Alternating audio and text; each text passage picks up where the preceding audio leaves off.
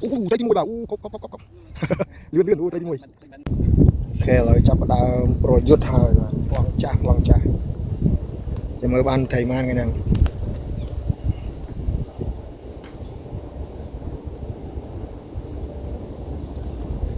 ទេវតាកូន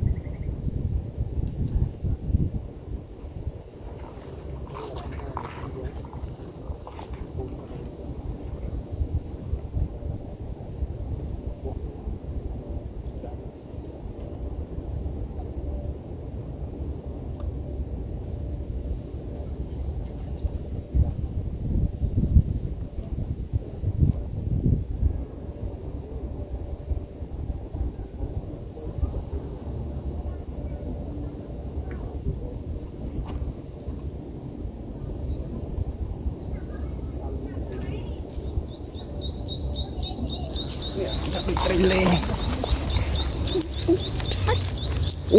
ត្រីទី1បាទកប់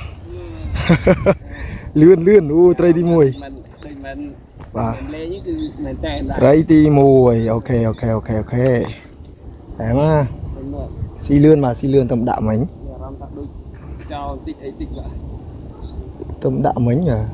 អីបាយកាមេរ៉ាសឹងជាន់អែម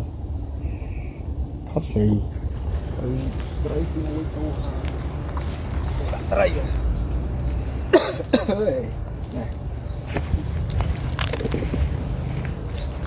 ហេចូលត្រីទី1អូខេចូលទៀតហើយខ្នាតអែមអូខេឥឡូវយើងចាប់ផ្ដើមមើលរីសារបស់យើងចង់ដឹងថាបានត្រីប៉ុន្មានចាក់ទឹកចោលបានប៉ុន្មានស្ហែទៀត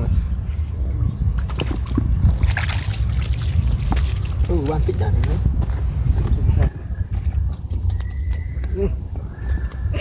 ចពេញកណ្ដាលមុខងក់អស់លេងអានេះទូចងក់តិចទឹកណាទៅអត់បាត់ហើយពេលយើងហូបវ៉ាថៃធំគឺនេះត្រូវជាងគេ1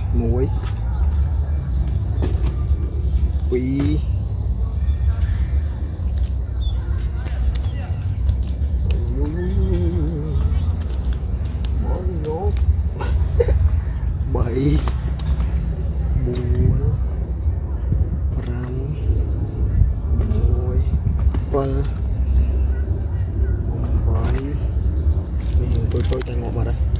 4 10